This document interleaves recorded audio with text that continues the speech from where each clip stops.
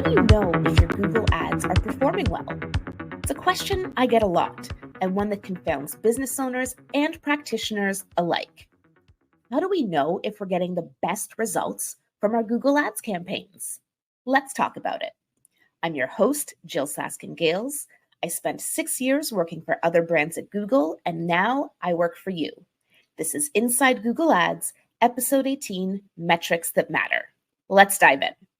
Our first question comes from Drina on TikTok, and they ask, what is a good ROAS?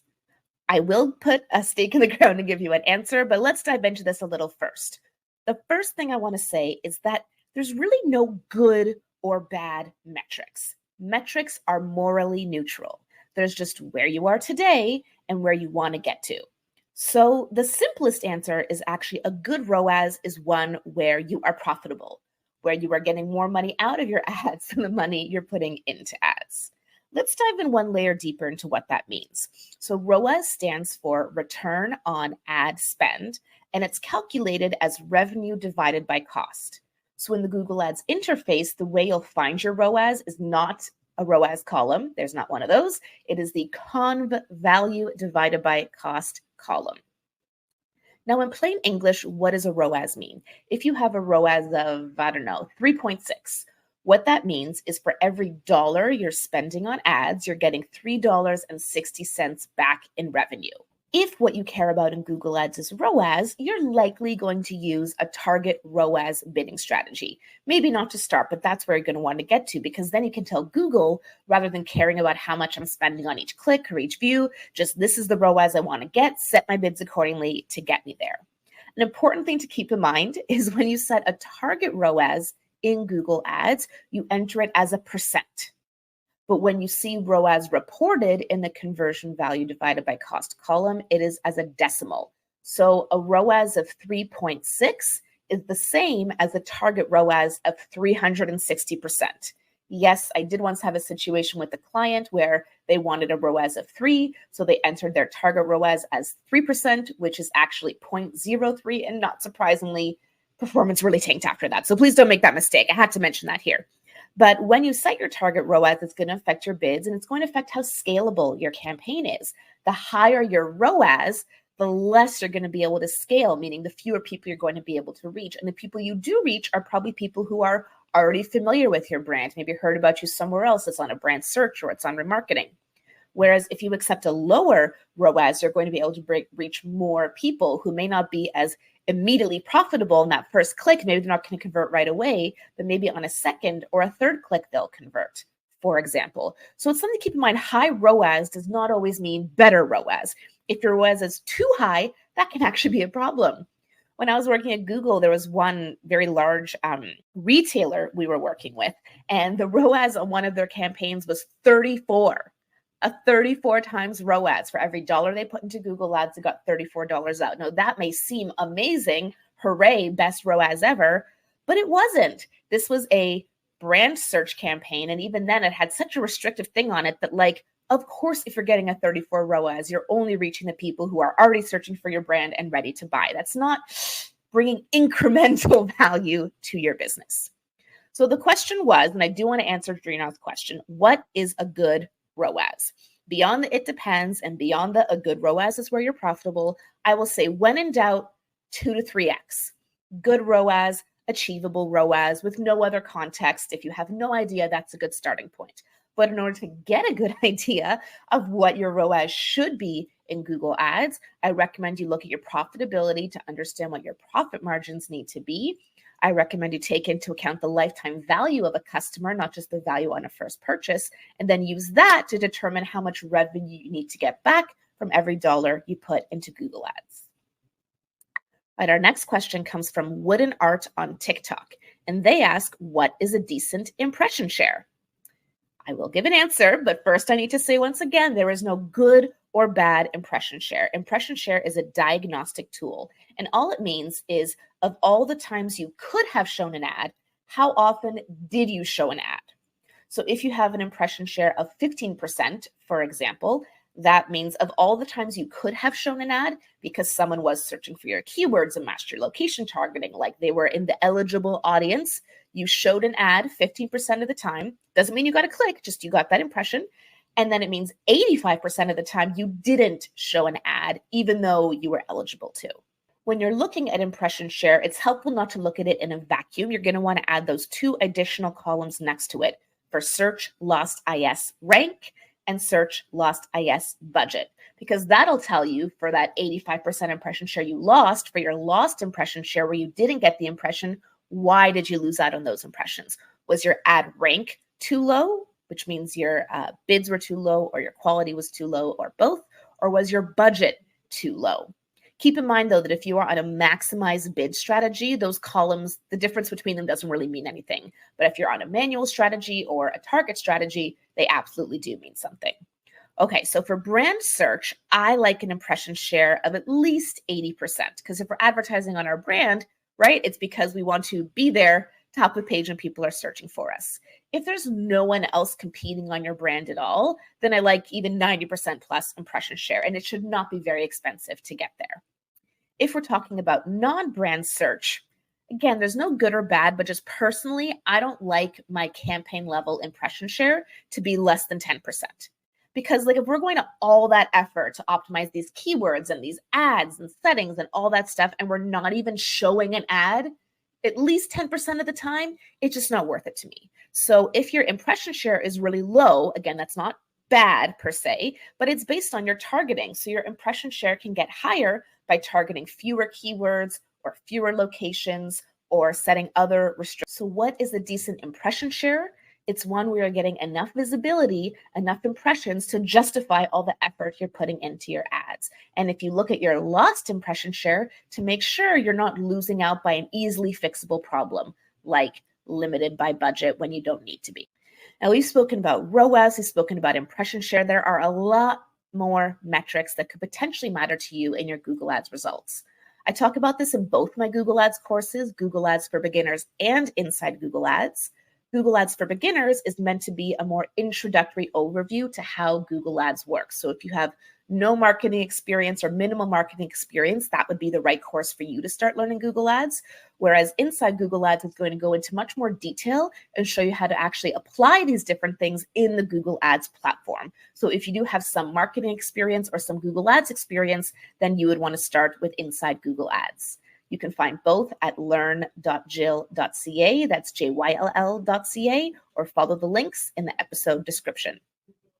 Our last question today comes from BizQuick22 on TikTok, and they say, when I open the dashboard, it's just so much data. I don't know what numbers are most important to pay attention to. I'm trying to take over our Google Ads account, but it's very overwhelming. We rely on it for new customers, so I'm really scared to mess it up. The first thing I want to say, BizQuick22, is you are not alone. The Google Ads interface is very overwhelming. There's more than 100 different columns you could add to your report, and even more metrics you can see in the custom report editor or creating custom columns. We're not even going to go there, okay? So the way I like to break this down is into reach metrics and efficiency metrics. And this is Jyll language, by the way, okay? Not Google Ads language. A reach metric tells you how much of something you got. So how many impressions, how many clicks, how much cost, how many conversions, how much revenue. Those are all reach metrics. An efficiency metric tells you the rate at which something happened, like click-through rate or conversion rate, or the cost per, so your cost per click, cost per conversion, or comparing two reach metrics together, right? So your ROAS is an efficiency metric. It tells you how efficiently your cost is turning into revenue. When you're trying to analyze your metrics, I recommend looking at a reach metric and an efficiency metric together, because one doesn't make any sense without the other. And I'll give you an example why. I had someone comment to one of my posts recently, I got 100% conversion rate on my Google Ads and then it went down. And I'm like, 100%, okay. Here's what happened.